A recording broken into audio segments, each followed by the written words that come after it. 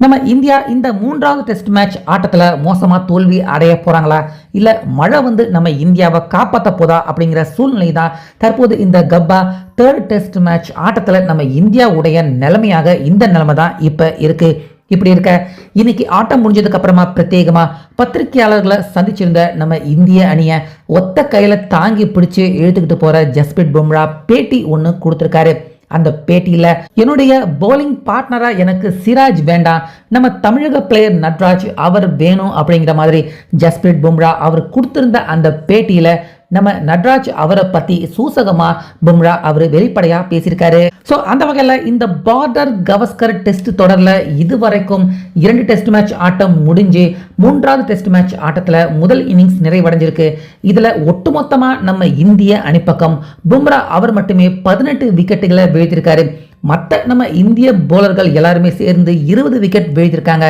So இதுல இருந்தே பும்ரா எந்த அளவுக்கு நம்ம இந்திய அணியை ஒத்த கையில அவர் தாங்கி பிடிச்சு இழுத்துட்டு போறாரு அப்படிங்கிறது நம்ம எல்லாருக்குமே தெரியுது. இப்படி இருக்க பத்திரிகையாளர்கள் பும்ரா அவர்கிட்ட உங்களுக்கு சரியான பவுலிங் பார்ட்னர் இல்லை அப்படின்னு நீங்க நினைக்கிறீங்களா? சிராஜ் போதிய அளவுக்கு உங்களுக்கு பவுலிங் பார்ட்னராக இருக்கிறாரா? இந்திய போலர்கள் உங்களை தவிர மற்ற எல்லாருமே விக்கெட் எடுக்க ஏன் இவ்வளவு கஷ்டப்படுறாங்க அப்படின்னு பும்ரா அவர்கிட்ட இன்னைக்கு பத்திரிகையாளர்கள் சந்திப்புல அவர் வந்திருந்தப்ப இந்த முக்கியமான கேள்வி எழுப்பப்பட்டிருந்தது. அதுக்கு பும்ரா அவர் கொடுத்த பதில் நேரடியாகவே பார்த்தீங்கன்னா நம்ம நட்ராஜ் இந்திய அணிக்கு உடனடியாக தேவை அப்படிங்கிற மாதிரி தான் பும்ரா பதில் கொடுத்திருந்தாரு. அதாவது சிராஜ் ஏற்கனவே பார்டர் கவஸ்கர் தொடர்ல ஆஸ்திரேலியாவில் விளையாண்டிருக்காரு. ஆனாலுமே அந்த அனுபவம் அந்த புரிதல் இன்னும் சிராஜ் அவர்கிட்ட இந்த தொடர்ல ஏற்படல அப்படின்னு பும்ரா சொல்லியிருக்காரு. மேலும் டிராவிஸ் ஹெட் போன்ற ஒரு அதிரடியான பேட்ஸ்மேன் மறுமுனையில பேட்டிங் பண்றாங்க அப்படின்னா ஒன்னு யார்கர் இல்லைன்னா அவங்க விளையாட முடியாத பவுன்சர் பால அவங்களுக்கு போட்டா அவங்கள அட்டாக் பண்ணி அவங்கள கட்டுப்படுத்த முடியும், விக்கெட்டும் எடுக்க முடியும். ஆனா இதை என்ன தவிர தற்போது இந்திய அணியில சிராஜ் அதே போல ஆகாஷ் தீப் இதுக்கு முன்னாடி விளையாண்ட ராணா யாருமே செய்யல. அதனாலதான் அவங்களால டிராவிஸ் ஹெட் அவருடைய விக்கெட்டை வீழ்த்த முடியல.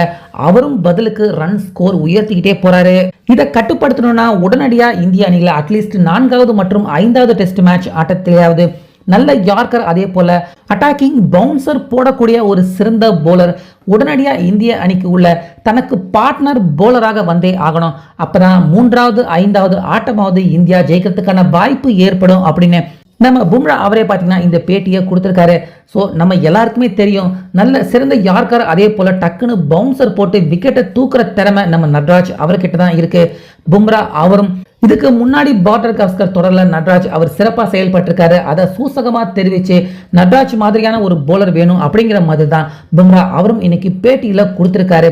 ஸோ பும்ரா அவர் சொன்னதுக்கு அப்புறமாவது இப்போ நம்ம பிசிசிஐ நட்ராஜ் அவரை நம்ம இந்திய அணி கூட அட்லீஸ்ட் 4வது 5வது டெஸ்ட் மேட்ச் ஆட்டத்தில் சேர்க்கறதுக்கான முடிவை எடுக்கிறாங்களா அப்படின்னு பொறுத்திருந்து பார்க்கலாம்.